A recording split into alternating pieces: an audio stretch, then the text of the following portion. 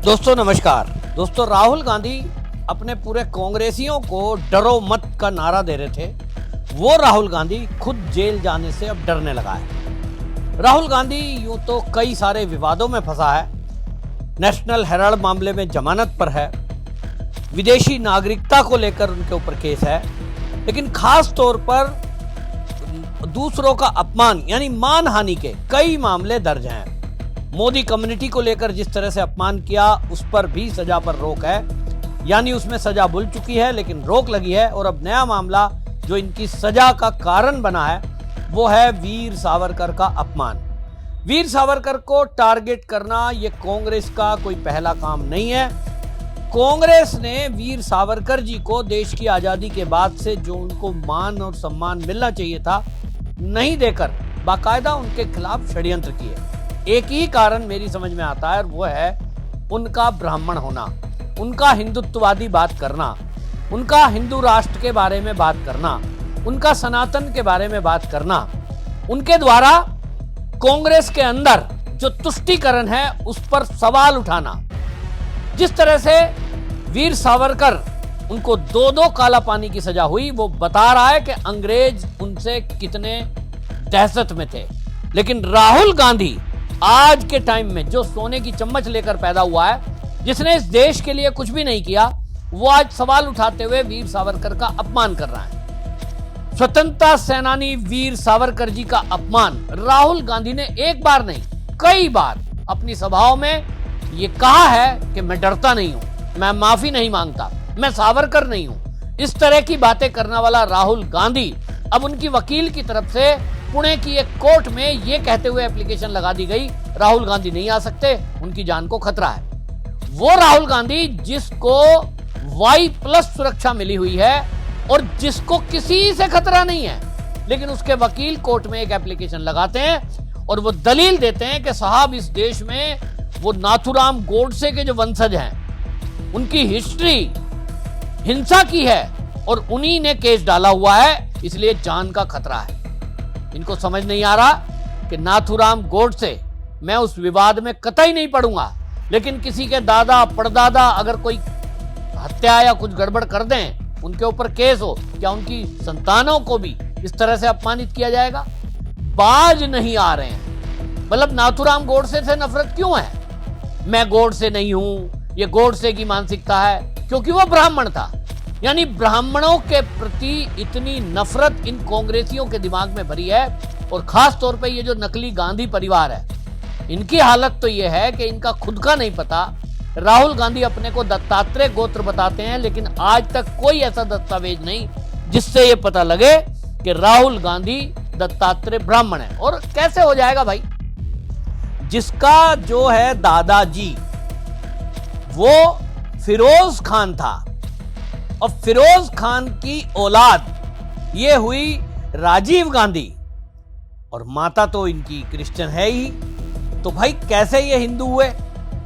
ये समझ से परे है। लेकिन राहुल गांधी के केस की बात करूं, मार्च 2023 में लंदन में राहुल गांधी ने भाषण देते हुए किताब का जिक्र करते हुए ये कह दिया कि जो सावरकर थे उन्होंने अपनी एक किताब में लिखा है कि मैंने एक बार एक मुस्लिम की पिटाई करी तो मुझे बड़ी खुशी मिली। अब इसको लेकर आपत्ति होना लाजमी था कि ये मुस्लिम कम्युनिटी को खुश करने के लिए, तुष्टीकरण के लिए इस तरह के आरोप लगा रहे हैं और किसी किताब का हवाला दे रहे हैं, उस किताब का नाम नहीं ले रहे।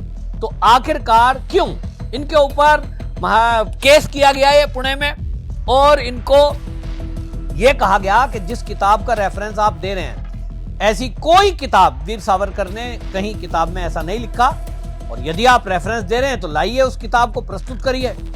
इनकी तरफ से जो वकील थे वो दलील दे रहे हैं कि साहब आप इस तरह की किताब लाने से बाध्य नहीं कर सकते। क्यों नहीं कर सकते भाई? आप किसी भी एक किताब को रेफरेंस बनाकर अगर आप बोल रहे हैं और आप किसी को अपमानित कर रहे हैं, किसी के खिलाफ षड्यंत्र कर रहे हैं, किसी के खिलाफ एक कम्युनिटी की नफरत फैला रहे हैं, और यही हुआ है। वीर सावरकर की जो भाई थे उनके घरों पे हमले हुए हैं इन्हीं कांग्रेसियों के इस तरह के बयानबाजी के कारण। तो दूसरा केस 17 नवंबर 2022 को महाराष्ट्र के अकोला में इन्होंने भारत जोड़ो यात्रा के दौरान ये कहा कि जो वीर सावरकर को तो सावरकर बोलता है, ऐसे जैसे इसका नौकर हो कोई। सावरकर ने अंग्रेजों से माफी मांगी थी और ये कहा था कि मैं आपका नौकर बनने को तैयार हूं। अब इस तरह की बातें करना तो और अपमानजनक है। और इसको लेकर आपको बताएं, 17 नवंबर 2022 को इन्होंने जो बोला उसको लेकर भी इनके खिलाफ केस हुआ और उस केस में तो सुप्रीम कोर्ट ने लगातार इनको फटकार लगाई है। सुप्रीम कोर्ट में जब ये केस चल रहा था तो जज साहब की टिप्पणी थी कि आप किसी भी स्वतंत्रता सेनानी के बारे में इस तरह की उल जलूल बातें नहीं कर सकते। आपको कोई अधिकार नहीं है कि आप देश के वीर स्वतंत्रता सेनानियों के बारे में इस तरह की टिप्पणी करें। कठोर इसे टिप्पणी करी थी। इसमें भी सजा इनको निश्चित रूप से होगी। दो अलग अलग केस हैं। तो राहुल गांधी को लगने लगा है कि अब वो जेल जाएंगे और जेल जाएंगे तो मोदी कम्युनिटी का केस, उस पर रोक पहले ही लगी है, सजा मिल चुकी है 2 साल की। यानी राहुल गांधी की अब जो सदस्यता है निश्चित रूप से जाने की तैयारी में है, क्योंकि जैसे ही सजा बुलेगी, और ये कानून है कि अगर वो सजा 2 साल से ऊपर है तो इनकी लोकसभा की सदस्यता जाएगी, 6 साल तक चुनाव नहीं लड़ सकते। ये हालात बन रहे हैं। राहुल गांधी है कि बाहर आने से तैयार नहीं है। वो कभी भी किसी पर टिप्पणी कर दे, इनको पहले लगता रहा होगा क्योंकि 70 साल देश में कांग्रेस का शासन रहा है, इनको लगता है कि हमारे बारे में कोई क्या कर सकता है, ना कोई जज, ना कोई संस्था हमसे ऊपर नहीं है, हम सबसे ऊपर हैं। और इसीलिए इनका ये एटीट्यूड है कि ये जब भी चाहें जिसको कुछ भी बोल देते हैं। इनको लगता है कि हमें तो कोई सजा दिलाएगा नहीं। लेकिन अब माहौल बदला है। 2014 के बाद से देश का माहौल बदला, सोशल मीडिया आ गया तो इनके एक एक पोल पट्टी खुलकर सामने आने लगी है। माहौल बदला तो अब बेशक चाहे वो 50% ही सही, लेकिन अब न्यायपालिका में भी इनका दबदबा उस तरह का नहीं है। और इसलिए जज साहब अब जो हैं, निचली अदालत से लेकर सुप्रीम कोर्ट तक, अब मैं मानता हूं कि कांग्रेस के दबाव में नहीं है कि उनको यह खतरा है कि कांग्रेस ही कुछ कर देंगे, उनको ट्रांसफर कर देंगे, उनकी जान का खतरा हो सकता है। ये जो दहशत में लोग रहे, आपने देखा ना इंदिरा गांधी के समय में कि अगर कोर्ट ने इंदिरा गांधी के विरुद्ध कोई फैसला दे दिया तो इमरजेंसी लगा दी। तो अब राहुल गांधी तो कुछ कर नहीं सकते, केंद्र में मोदी सरकार है, अगली बार भी मोदी ही आएंगे। तो ये कर क्या रहे हैं? बस खींच रहे हैं। खिसियानी बिल्ली खंबा नोचे वाली बात है। लेकिन मेरा ऑब्जेक्शन इस बात से है कि राहुल गांधी के साथ कुछ ब्राह्मण भी इनके साथ में लगे हैं। उनको शर्म नहीं आती, उनको लगता नहीं है कि ये किस तरह से नाथुराम गोडसे, वीर सावरकर, इन्हीं को टारगेट करते हैं। फिर आरएसएस को खत्म करने की बात करते हैं। आपने देखा ना एक पॉडकास्ट में कांग्रेस का नेता जो पहले वामपंथ में हुआ करता था, आजकल वो कांग्रेस में, कन्हैया कुमार।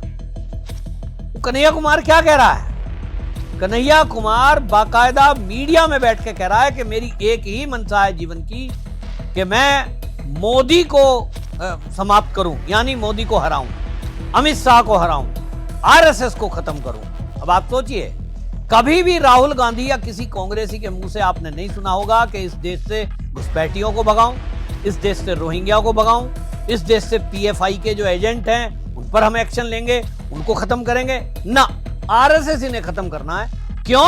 क्योंकि राष्ट्रीय स्वयंसेवक संघ दुनिया का सबसे बड़ा सामाजिक संगठन है जो भारत में भारत माता की जय का उद्घोष ही नहीं, उसको जीवन में जीता है और उनके जीवन का उद्देश्य है। संस्था का ही उद्देश्य है कि भारत माता की विश्व में जय हो, भारत फिर से विश्व गुरु बने।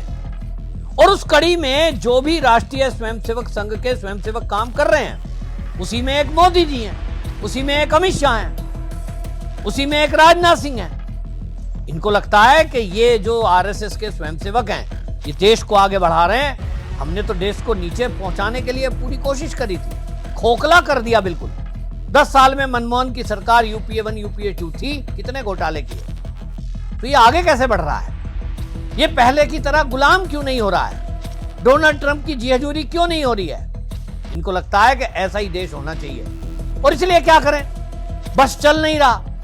तो जो इनके आका हैं वो हुक्म देते हैं कि कुछ करो, तो इनको लगता है कि हम इस तरह की ऊटपटांग बातें करेंगे, कुछ लोग सड़कों पे उतरेंगे, कुछ लोग राहुल गांधी को गाली देंगे, 2-4 थप्पड़ मारने की बात करेंगे, तो हम विक्टिम कार्ड खेलेंगे कि देखो ये है आरएसएस का चरित्र, हमारे ऊपर हमला किया जा रहा है, हमें गाली दी जा रही है, सोशल मीडिया पे कुछ कहा जा रहा है। ये जानबूझ के उकसाने का काम लोगों को कर रहे हैं। लेकिन देश के मैं उन सभी नागरिकों को धन्यवाद करता हूं कि चाहे वीर सावरकर जी के अपमान पर इन्होंने कुछ कहा हो, चाहे गोडसे को कुछ कहा हो, हिंदुओं को कुछ कहा हो।